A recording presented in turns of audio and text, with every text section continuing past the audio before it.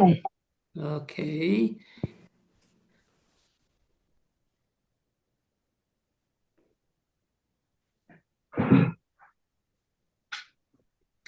Vijay, you want to start the prayer, sir? Calling you. Shuklambaradhanam Vishnum Shashivarnam Chaturbhujam Prasannavadhanam Dhyaye Sarva Vignopashante Saraswati Namastubhyam Varade Kamarupini Vidyarambham Karishyami Siddhir Bhavatu Me Sada Guru Brahma Guru Vishnu Guru Devo Maheshwarah Gurureva Param Brahma Tasmai Shri Gurave Namaha Samasta Jana Kalyane Niratam Karunamayam Namami Chinmayam Devam Sadgurum Brahma Vidwaram Om Sahana Vavatu Sahanau Bhunaktu Sahaviryam Karavavahai Tejasvinavaditamastu Ma Vidvishavahai Om Shanti Shanti Shanti. Okay, so we are going to be talking about chapter 6 today and mantras 1 to 4. So here we have reached a stage. Now we are talking about, we understood everything is going to be done by Brahman or truth. How are we going to do that? So first sloka talks about importance of satsang, reflection in the group. So here it says that satsang is alone serves the purpose of clarity in thinking and right understanding. This kind of a seeking of truth revealed the creation and creator, but not the time, inherent nature, chances, and fate, and things like that for the creation of the world. So it is purely by creation and creator. Second mantra continues in the chapter, focus on how the creation is done by God.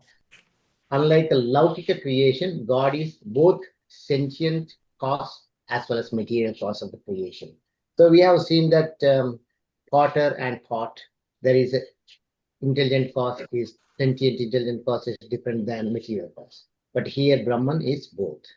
God is the creator of time and qualities. With the highest power of God is a treasure of all attributes and virtues. Virtue. He is omniscient, omnipotent, omnipresent, presiding over all actions. Giver of all results, compassionate, gracious, and forgiving. When intelligent and material cause are the same, the thing created is what is the creation is an illusion of Maya.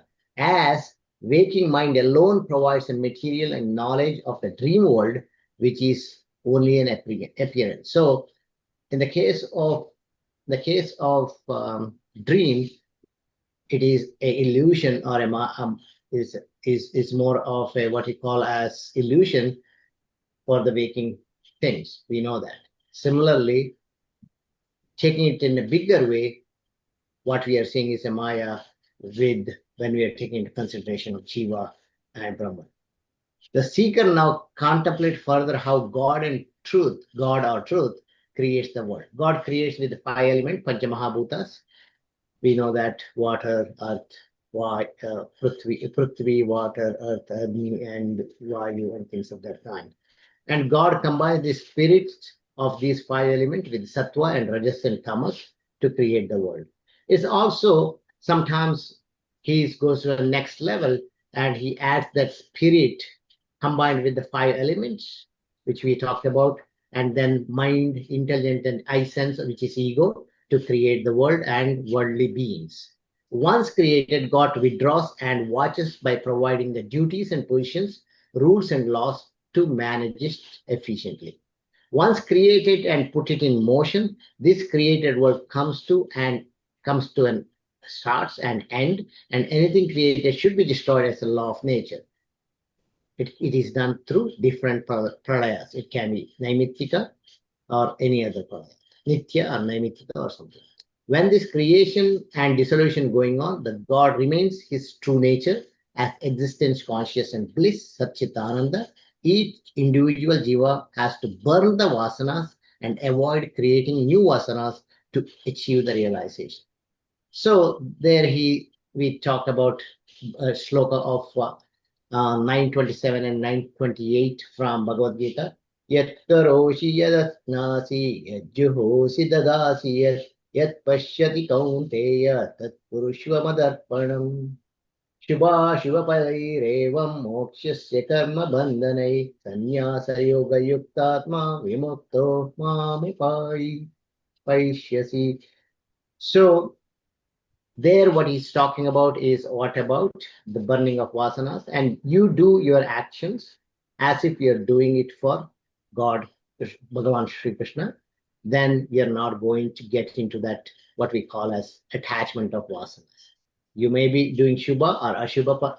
The output of that one is can be Shubha or Ashubha, but you're going to be out of this karma cycle and you leave it up to me. That's what Bhagavan says. That's what we have to do to achieve that realization. Hari Om. Very nice. So, beautiful summary. Thank you, Vijay. So, we are seeing in the sixth chapter that the summary of all the previous five chapters, that in the first chapter, the sadhakas started inquiring who is the cause of this universe. Okay. Now they come to the conclusion after investigating and discussing and satsang and reasoning and intuitive knowledge that it is that Brahman. So like beautifully number 4 says, Arabhya karmani kunanvitani bhavamcha sarvan viniyojya dedhyaha तेषामभावे कृतकर्मनाशः कर्मक्षये याति स तत्वतो अन्यः. So this beautifully Swamiji has shown that this mantra can be interpreted at the cosmic level from Ishvara, when the vasanas of all the jivas, prarabdha karmas have dissolved, that the whole creation gets dissolved. Or at the same time, the same way, in an individual level, if a person, jiva, all the vasanas are exhausted, no new vasanas are created, that karma kshaye yate tattvataha anyaha. So he becomes one with that Supreme Brahman. And so the same thought process is continued in 5. It says, in the previous mantra, Karma Yoga, that is dedicated action, was the means recommended to lighten the load of vasanas. The present mantra suggests the subtler means of upasana, worship and meditation. So just like in Upadesha Sara, Ramana Maharshi beautifully says, start with Karma Yoga and go to Japa Yoga and worship in various forums, and then into contemplation. So that's what is happening here. This is what we also need to do depending upon our stage of evolution spiritually in our life. So we will see this one. आदिस्स संयोग निमित्त हेतुः आदिस्स संयोग निमित्त हेतुः परस्त्रिकालादकलोऽपि दृष्टः परस्त्रिकालादकलोऽपि दृष्टः तं विश्वरूपं भवभूतमीड्यम् तं विश्वरूपं भवभूतमीड्यं देवस्वचित्तस्थमुपास्य पूर्वं देवं स्वचित्तस्थमुपास्य पूर्वम्. So we will see the word for word meaning. Vijay, continue, sir. Hari Om. Adihi, primordial being, Saha, he, Sanyoga Nimitta Hetuhu, the cause for the union. Trikalat Paraha, beyond the 3 periods of time, past, present, and future. Akalaha, devoid of parts. Akalaha, Api, also. Dristaha, recognized. Tam, him. Vishwa, Rupam, with the universal form. Bhava, Bhutam, who has become the whole world. Immediate, adorable, Devam, effulgent, Prachitta, Upasya, present in one's own heart. Upasya, having worshipped and meditated. Purvam, earlier. He is the primordial being, the cause for union of matter, spirit, etc., beyond the 3 period of time and also devoid of thoughts. This effulgent and adorable Lord, with the universal form, who has become the whole world, can be recognized as is present in our own heart as worshipped and meditated upon earlier. God unites Samyoga Nimitta Hetuhu, the primordial being, the cause of all. God is the great uniting factor in the world. He unites the matter with the spirit, the various causes with each other and with their efforts. The action with the result, the doer of action with the enjoyer of the result. One thought with another, and so on. God is love. Love is the greatest uniting factor between any two objects of it. Comment? He alone. Yeah. So here they're talking about God, who is uniter of everything, and he is also primordial being, and he attaches the matters, he creates the matters and attaches the spirit or consciousness, what we call, and thereby becomes a jiva. And again, go to the emotion portion of it. God is love, and love is the greatest uniting factor between any two objects of life. Yeah, very nice.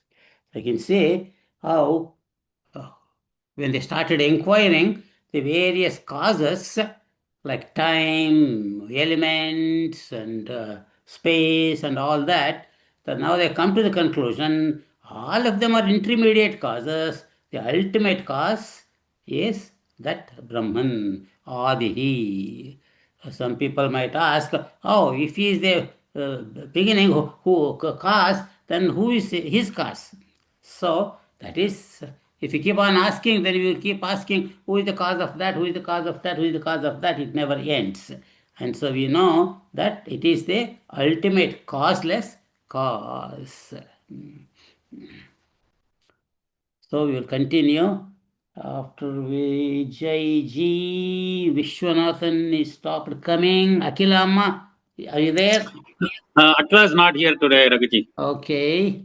Anjaneyalu, sir? No. Okay. Ashwin not here. Nuli Garu not here.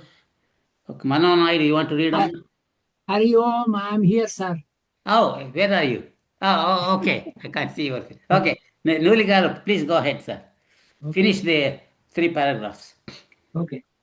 It is He alone who brings together the disciple and the Guru, connects the seeker with the spiritual practices needed to progress, brings about the urge for noble actions, and unites us with the noble thoughts and virtues. Ultimately, it is He alone who connects us with Him through self-knowledge and self-realization. God is adorable, Idya, even though He is timeless, Trikalat Para, and partless, Akala. He alone has become the world and all its names, forms, and qualities just to bless us, seated in our heart as our own self.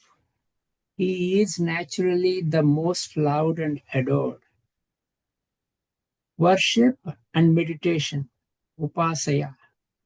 The means to realize this adorable God is to always remember Him and be aware of His presence through all our activities.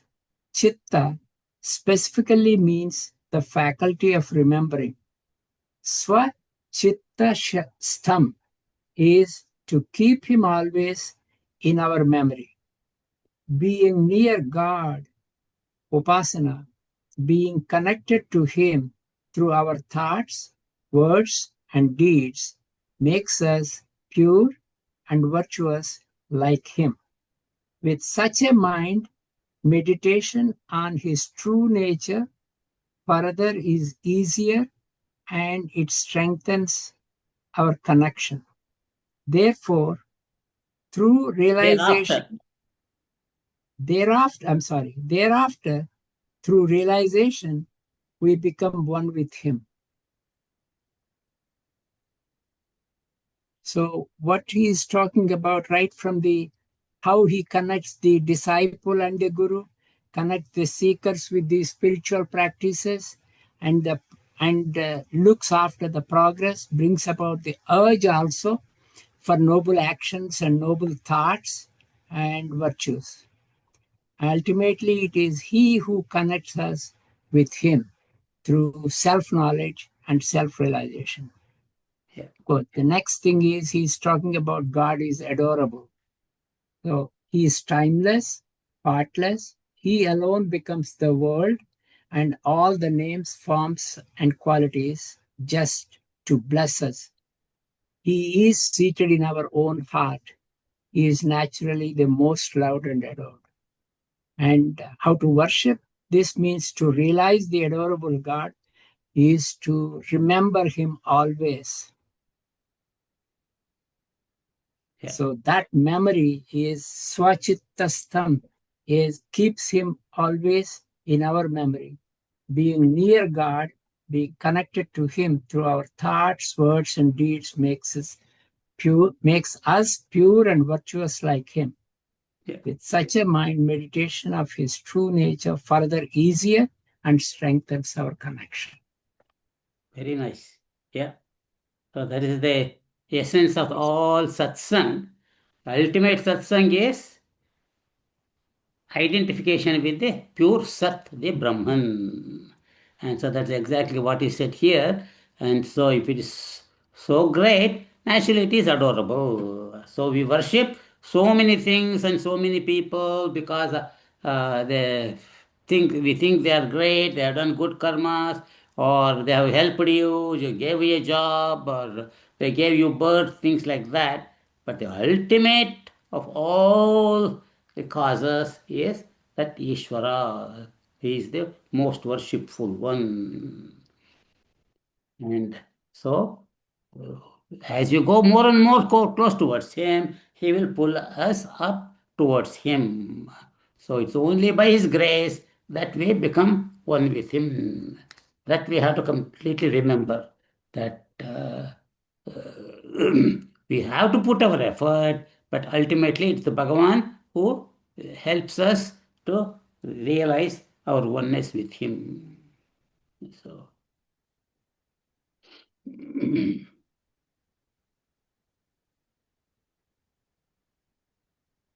so that's why it is said, Sano Buddhya Shubhaya Samyunaktu.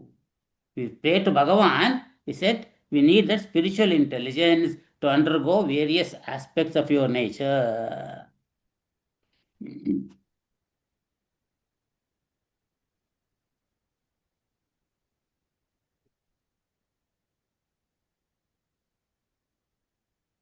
Like in Bhagavad Gita, Bhagavan Krishna says, Matta Parasaram Jnanyato Kinchid Asti Dhananjaya.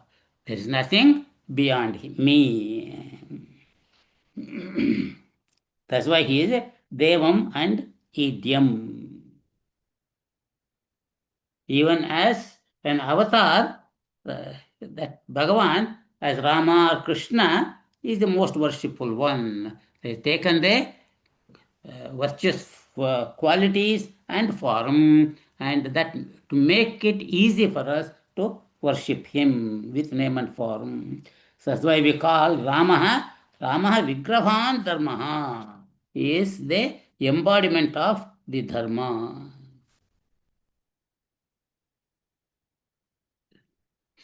So we'll continue to number 6. It says again the glorification of Bhagavan is in number 6. Continuing.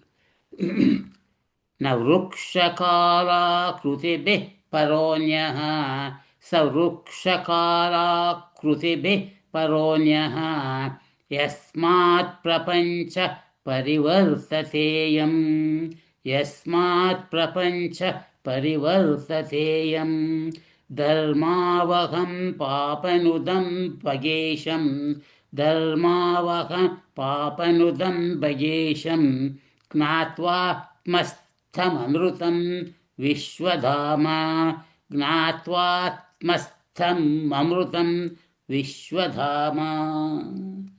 Okay. Who is else here before Mano Naidu? Nobody else. Okay, Mano Amma, want to continue, please? Okay. Saha, he, Vrukshakala Akrutibihi, by the tree, time, and form. Paraha, beyond. Anyaha, different, not affected. Yasmat, because of whom. Prapanchaha, the universe. Parivartate, revolves. Ayam, this. Dharma Vaham, the source of virtue. Papanudam, the remover of sins. Bhagesham, the Lord of all fortunes. Gnatva, having known. Atmastam, seated in one's own heart.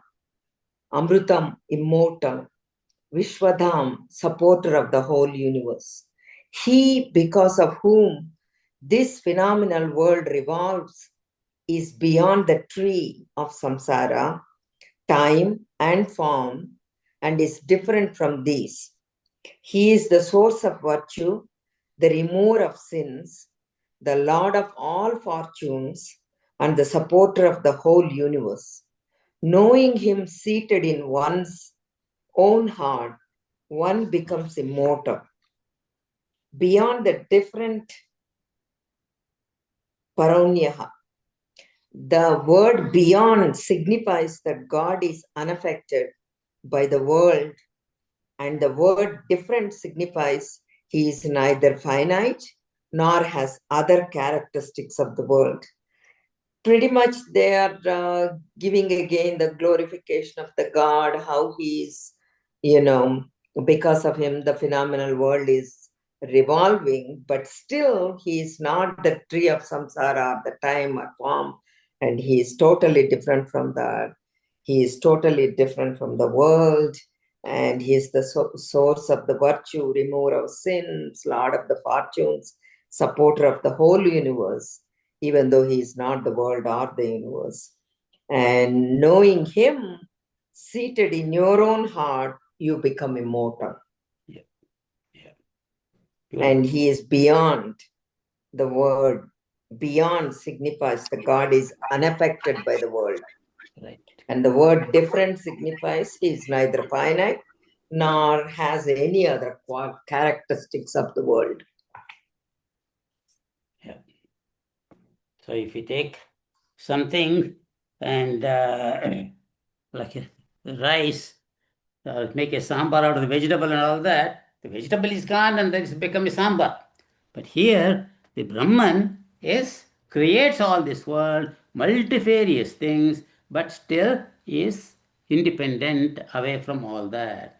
So showing that all this is vivarta, that means just an appearance. Being in the appearance, world of appearance, we ourselves are naturally think everything, all this is real. So only from the scriptures we know that all this is pervaded by that Paramatma, that Ahamasmi. So beautiful words in the sloka, Dharmavaham and Papanudam, Bhagesha.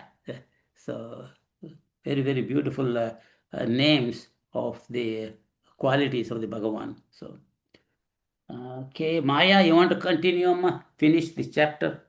Finish this Hari book? Om. Hari Om. The world is called Prapancha, as it is made up of the 5 elements. Even though he is the root cause, mool, of the tree of worldly existence, sansar vraksha, which is conditioned by time, names, and forms. He remains unaffected and unconditioned, urdhva, by them.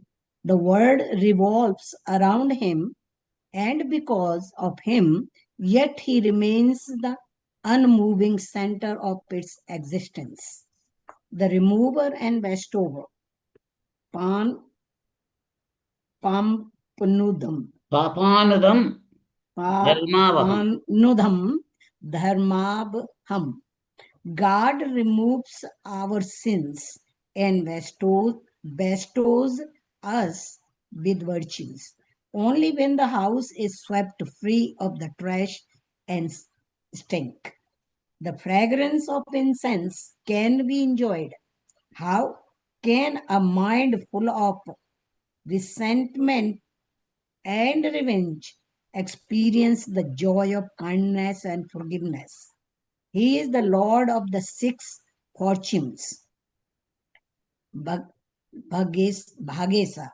spoken of earlier 3.11, which he bestows on the deserving, bestows on the deserving. The highest fortune he bestows is the knowledge that makes the individual immortal. Yeah. So here they are talking that word is a prapanch, of course. In our Hindi saying, everybody will say to the people when 4 or 5 people together and they are talking nonsense, then they say, "What prapanch you are doing?" So they say that's what he said. The word is the prapanch, and then of course we all are made out of 5 elements. That's also prapanch. Then he's saying that he is God is unaffected of he's beyond of paranya.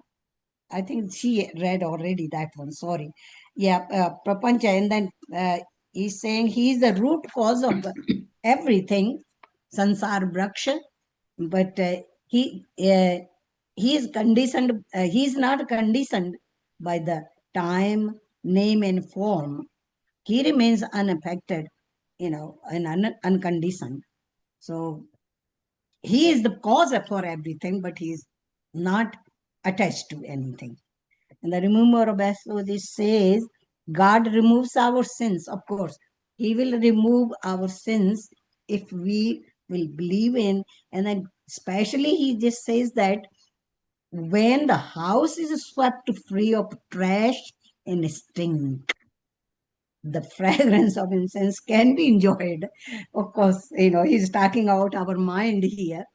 If our mind is in, or we are just talking nonsense all the time and talking about other people and things like that.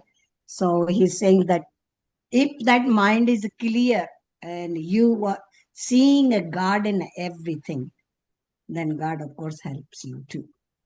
And it's,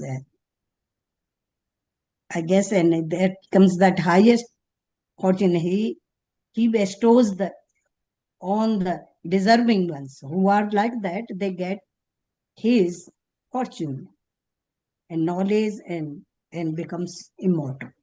Hariyo. Very nice. Very nice. So I can say the Ruksha, here we're talking of the Samsara Ruksha. Just like we hear from Lord Krishna in 15th chapter Bhagavad Gita, Urdha Moolamada Shakam Ashwattam Prahuraviyam Chandam Siyasya Parinani Yastam Vedasa Vedavito. Like that. And so it is Samsara Ruksha. Moola is what? This Ishvara, Bhagavan. But at the same time, though is paraha, it is anyaha. It is different from all these. So you can look at it like the names and forms are not Bhagavan, but the ultimate cause of all these names and forms is that Bhagavan. It's just like the ornaments, names and forms, the ornaments are not gold, but everything is nothing but gold. So just the vision makes all the difference. existence. And that Bhajeshaha. So in page 129, in the third chapter, Swamiji in his commentary gives the meaning of Bhaga, the one who has the six virtues, fortunes. It's called Bhagavan. The six fortunes are lordship, righteousness, fame, wealth, knowledge, and dispassion. ऐश्वर्यस्य समग्रस्य धर्मस्य यशसश्रियः ज्ञानवैराग्याश्चैव सन्नाम भग इति रणा. So, but not only he has all of them he has in infinite proportions. And because of that he is able to purify us, papanudam, and also bless us with virtues, the dharma vaham. So one thing that I was thinking, that if we understand all our virtues are nothing but grace of Bhagavan, gradually our ego dissolves. Otherwise, oh, I have this one, I have this quality, I have that quality, our ego keeps going up. But if you continue to understand, it is all Bhagavan's grace, and without Bhagavan, nothing is possible. And then naturally, we continue to erase our ego, and more we erase our ego, more we are close to Bhagavan. And so, why should we know Bhagavan? That's the last line. It says, Gnatva Atmastham Amrutam Vishwadhama. He is, where is he? He is not in heaven or somewhere. Atmastam. Knowing him who is in our own heart, and we realize that I am that since that is eternal, then I become eternal. Amrutam. I am not the body. I am already Amrutam, but I identify with the body. I think I am Mrutam, or I die. But the body definitely goes and dies. But I, the immortal Brahman, I do not perish. I am deathless. Vishwadhama, supporter of the whole universe. So you can see Bhagavan in the world, and at the same time, the world is in Bhagavan.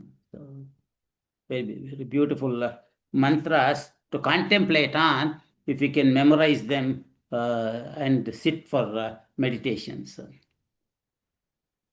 Anybody want to add anything? Yeah, Raghuji, this is Hari.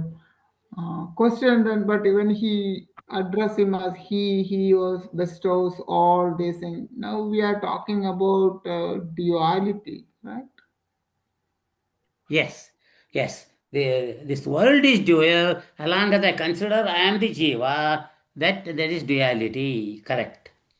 But only when you theoretically understand I am one with Bhagavan, the world is unreal, then gradually you realize that nature. Then you become the what you call Jivan Mukta. Even as a Jivan Mukta, you still see the duality or multiplicity of the world, but you know everything is a what you call just a dream. So I was reading about from Tejamananda Swamiji, and he says, you, he says, you surrender to me, I will remove all your sins. He says, he listened to another great speaker called Krishna Sharma Shastri, and he was telling, he said, Bhagavan does not forgive the sins, but he just washes them away. What papa? No papa at all. So, like that. Amrutam Vishwadhama. So we'll go to number 7. The mantra asserts God's absolute lordship is realized by the masters. So So who is the master? The one who realizes the Bhagavan, he is the master. He is not the master before you realize. For me, you become the master after realizing. So that you are that Brahman. तमीश्वराणां परमं महेश्वरं तमीश्वराणां परमं महेश्वरं तं देवतानां परमं च दैवतं तं देवतानां परमं च दैवतं पतिं पतीनां परमं परस्तात् पतिं पतीनां परमं परस्तात् विधामदेवं भुवनेशमीड्यं विधामदेवं भुवनेशमीड्यं. Very nice. And Nag, you want to read, sir? Hari Om, sir. Hari Om. Tam, him, Iswaranam, of the Lords, Paramam, Supreme, Maheshwaram, Lord, Tham, him, Deva Danam, of the deities, Paramam, great, Cha, and Daivatam, God, Padim, the ruler, Patinam, of the rulers, Paramam, higher, Parastat, than the highest, Vidam, we know, Devam, the effulgent one, Bhuvanesham, the Lord of the universe, Yam, adorable. We know him, the effulgent one, who is the supreme Lord of all lords, the great God of all deities, the ruler of all rulers, beyond the highest, adorable, and the Lord of the universe, the supreme ruler of rulers, Ishwaranam Param Maheshwaram. Ishvara means a ruler. There are many rulers in the world, kings, sultan, president, prime ministers, or heads of huge organizations. Even in the animal world, we see a lion as the king of the jungle and commanding his pride of lions and cubs. Then there are rulers who rule other realms of experiences, lokas, like heaven, Swargaloka, like Indra. Each cosmos also has its own creator, sustainer, and destroyer. Lord Brahma, Lord Vishnu, Lord Shiva, who are indeed powerful. Being a part of God, truth, all these rulers enjoy but a small part of this lordship and power. God is the supreme ruler of rulers, the Lord of countless cosmoses. Ananda Kodi Brahmanda Nayaka. Ariyo. Want to comment? Yeah, say this basically summarize the Brahman is the ruler of all the gods. So we pray to various deities, like you said, Rama, Krishna, Shiva, Vinayaka, everything. But in reality, he is the Lord of Lords. So through the deities, we are actually praying him. Video. Yeah. So, but if you look at Rama and Krishna as what you call limited gods, then yes, Ishvara is the supreme. But if you look at Rama and Krishna as the manifestation of that Ishvara, then you look at them as that the supreme Ishvara manifesting in a human form. So there are a lot of gods, okay, like Vayu, Surya, Varuna. In their own fields, they are the lords, the Ishwaras. But lord of them is Indra. And this Ishvara is the lord of even the Indras. Paramam Maheshwar, Maha Ishwaram. Devatanam Paramam. So if you any kind of any object to take, you think of a deity in that, like a water deity, okay. Or if you take even every town, we worship like a goddess who is the goddess of that village or the town, like that. And all of them are what? Nothing but manifestations of that Supreme Brahman. Patim Patina. So if you look at anyone who is controlling anything, but Bhagavan is the supreme controller. Parastad, that is the supreme. That's why in both in Vishnu Sahasranama and even in Ashtotras you see Naparaha. Naparaha means there's nobody above him. And Vidhama. Vidhama means we know. So you can say this Upanishad started with Kim Karanam Brahma. So who is the cause? But now they say we know him. So they come to realize they become one with that Brahman. Devam. Deva means the effulgent one. Bhuvanesham, the Lord of that universe. So we'll continue to read. Raja Reddy garu, you want to read the next paragraph, sir? Chief deity. Every law and every function by which God governs his creation has its own presiding deity, who is appointed by him. For example, Ashwini Kumaras preside over hearing.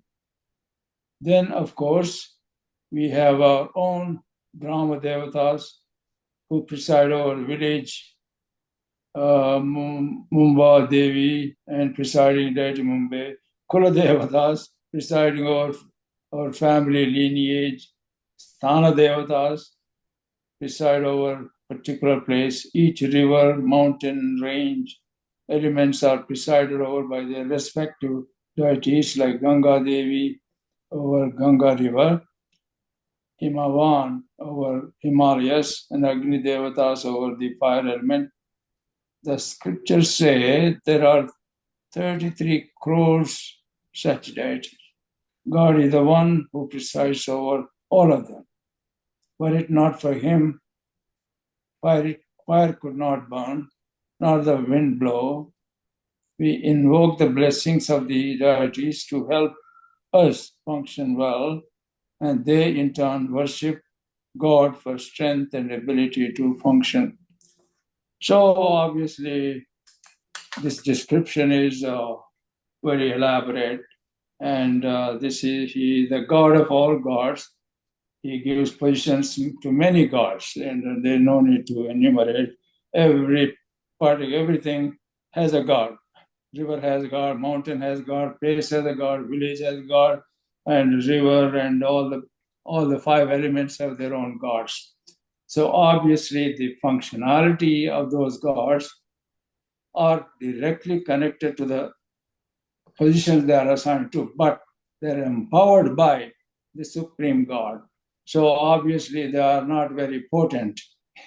In that, even though they are assigned a job, they cannot do anything except pray the God they are assigned to him, that means Supreme God, to empower them to perform their functions.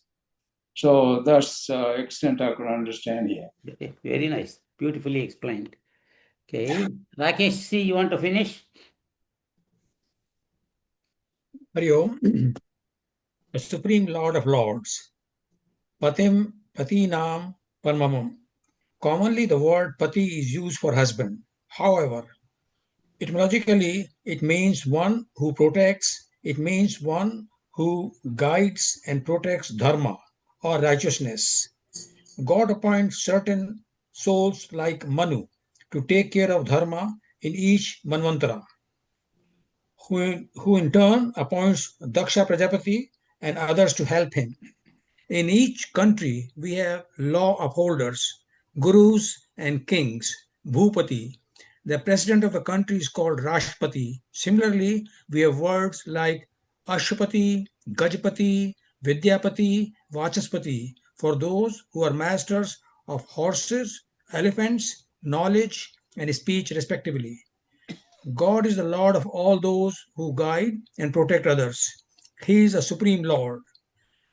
Yudhishthira asked Bhishma Pitama, who is the one supreme God whom we should worship? He was told, worship that God who is the chief deity and the imperishable Lord of all beings. Talking about the Supreme Lord, and like he is protecting everything, but he said there are a lot of small gods for every different thing, like going for previous paragraph too, like he's talking about the speech and the horses and all these, president, the country, Rashtrapati, but they all are really delegated. They are not Supreme Lord. So they are all guided by the Supreme Lord. And then Yudhishthira asked Bhishma Pitama, then he told you really need to pray Supreme Lord, like who is the chief deity and imperishable Lord of all beings. So we need to really pray for Ishvara. These gods are all given power by the Ishvara, and they do their functions at their local level. Hari Om. Yeah, beautiful. Yeah, like Swamiji beautifully quotes from Vishnu Sahasranam, where Yudhishthira asks, Kimekam daivatam loke, kim vapyekam parayanam. In this world, who is this one supreme God? Parayanam, that is the supreme goal, for which Bhishma Pitama says, Daivatam Daivatam Devatanam cha Bhutanam ya Avyaya Pita. He is the father of everything. Daivatam Devatanam. He is the God of all the gods. And Bhutanam Devata.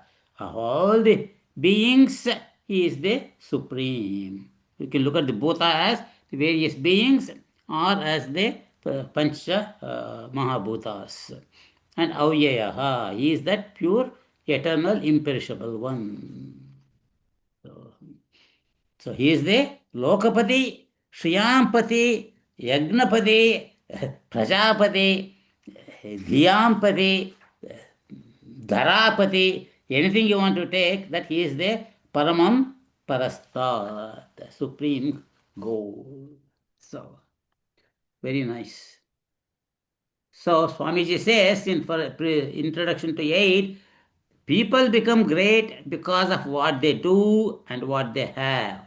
What does God do and what does He have that makes Him the Supreme Lord, Lord of all? He says, न तस्य कार्यं करणं च विद्यते न तस्य कार्यं करणं च विद्यते न तत्समश्चाभ्यधिकश्च दृश्यते न तत्समश्चाभ्यधिकश्च दृश्यते पराश्च शक्तिर्विविधैव श्रूयते पराश्च शक्तिर्विविधैव श्रूयते स्वाभाविकी ज्ञानबलक्रिया च स्वाभाविकी ज्ञानबलक्रिया च. Okay, Sarvesh ji, you want to read, sir?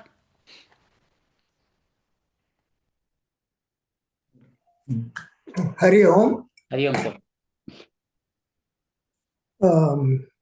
Neither tasya he has karyam, a body, karanam, organ, cha, and vidyate is there, none, tatsama, equal to him, cha, and abhyadikaha, surpass, cha, and drishyate, seen, para, supreme, asya, his, shakti, power,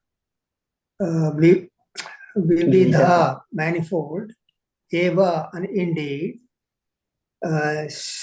shruyate, heard, said, swabhaviki, spontaneous, natural, jnana, phal, kriya, knowledge and power of control. cha, and he has neither a body nor any organ.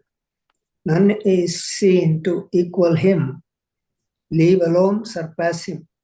His powers are heard to be supreme and manifold indeed. His knowledge and power of control is spontaneous and natural. He has no body or senses, na tasya karyam na karanam. God has neither a body, karyam, nor the outer instruments, vahi karanam, of sense organs, of perception or actions, or the inner equipment of the mind intellect, antahkaranam. How can one do anything without the body or the outer and inner instruments? So he is not the doer of any action, akarta. It means that God's greatness is not dependent on what he does or what he has. He is great because he is what he is. It's very well explained.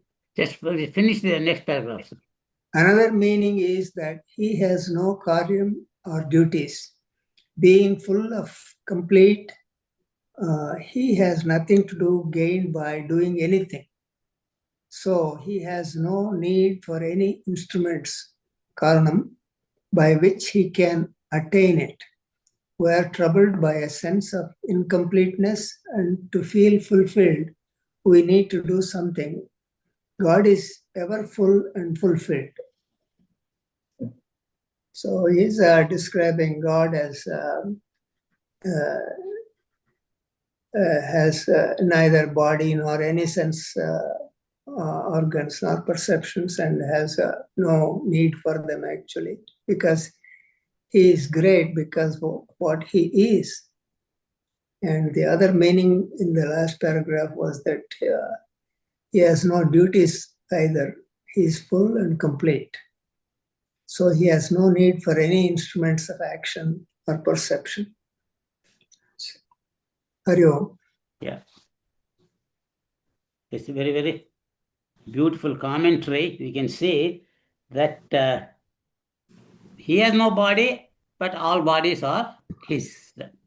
Without him, all even if the bodies exist, they are completely inert. Only in his presence that all the bodies are active. So like you see in the 7th chapter of Bhagavad Gita, Bhagavan says, I have two natures. One is para and apara. Apara is all the inert elements and mana, buddhi and ahankara, ashtada prakriti. And the sentient aspect is the para prakriti. It's the combination of all these things that lead to that individuality. Like even Bhagavan Krishna in the 3rd chapter of Bhagavad Gita, he beautifully says, what does he say?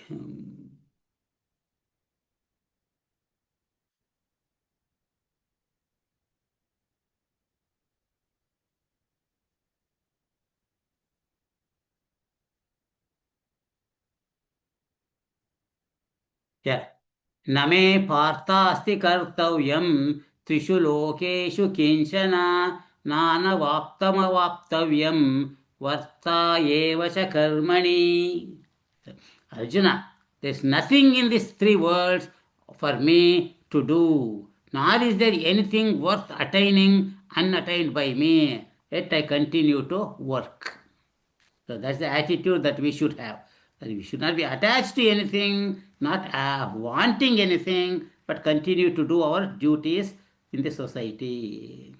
And he goes on to say, Yadi hyaham na varteyam chadu karmanya tandritaha mama vartmanu vartante manushya partha sarvashaha.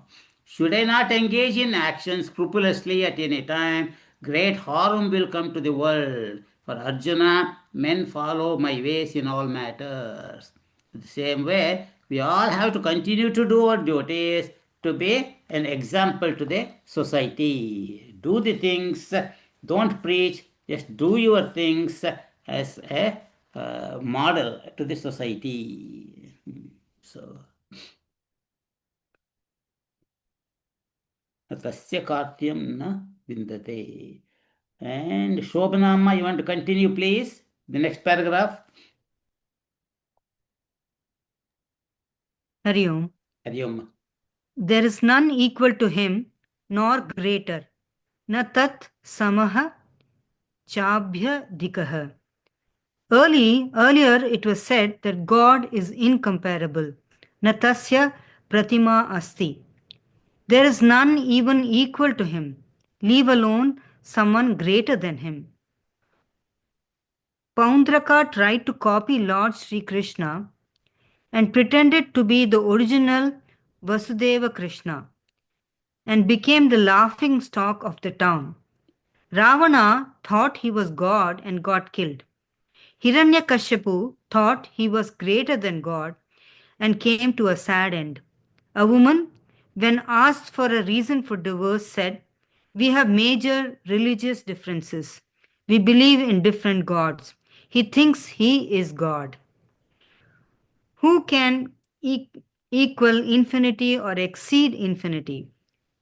When the great devotees Manu and Satarupa asked God to bless them with a child like him, the Lord said, "Since there is none like me, I alone shall incarnate as your son." Yeah. This here in this paragraph, the feature of greater than God is what is being described. So here it says that God is incomparable and there's nothing equal like him. And then examples are given of how many people tried to be like God, and in the process they either got killed or their end came. And so he says, who is equal to infinity or exceed infinity?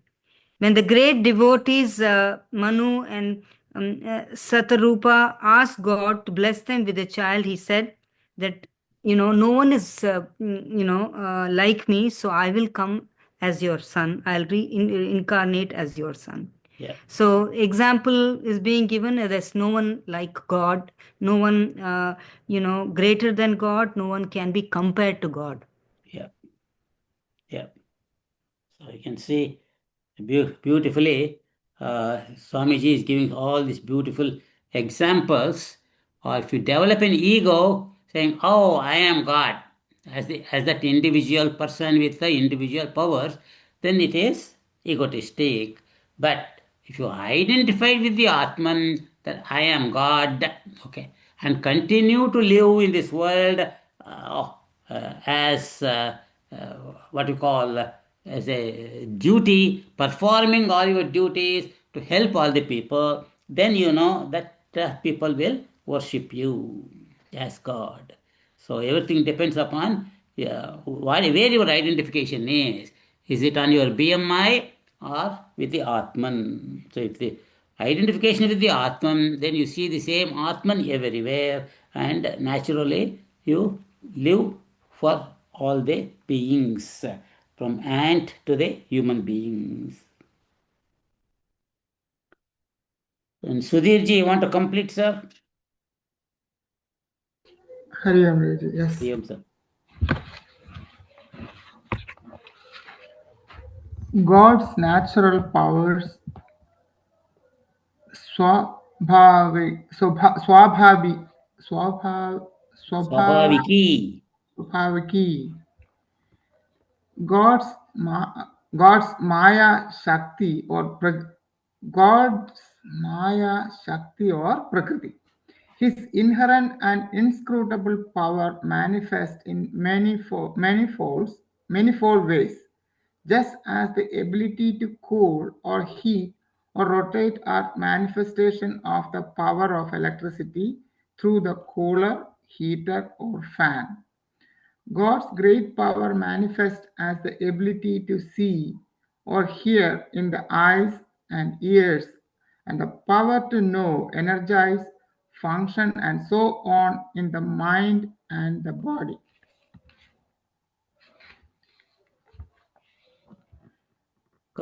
No rich person boasts about his wealth and dresses flashily. One born with a golden spoon has a natural air of wealth and power about him, which he is quite unaware of. God's unbelievable powers are natural, swabhavika, to him. Political power can be snatched away. Our power of seeing may fade away with age, but God's power always remains with him in full measure. You want me to finish that? Yeah, finish it up, sir. Knowledge, strength, and action. Jnana, bala, kriya. Among other powers, there is a special mention of these three. It indicates that to attain any amount of lordship and success, we need all three. Thoughtless actions and actionless thinking bear no fruits. A nation should have knowledge, its own vision and know-how, might, ability to defend itself, and political and economic power and action must be dynamic and progressive. Such a nation can stand on its own and help others. This is just just elaborate, expanding the qualities of God.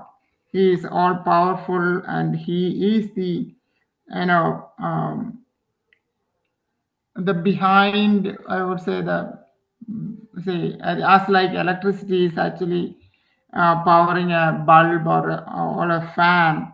Similar to that, the all whatever happens in this world, everything is energized by the God, and also he is this is not a created one, it is a natural one. It is not that it's as like a rich person is and a born rich person is actually natural with the wealth and the every instead of you don't have to show off kind of thing.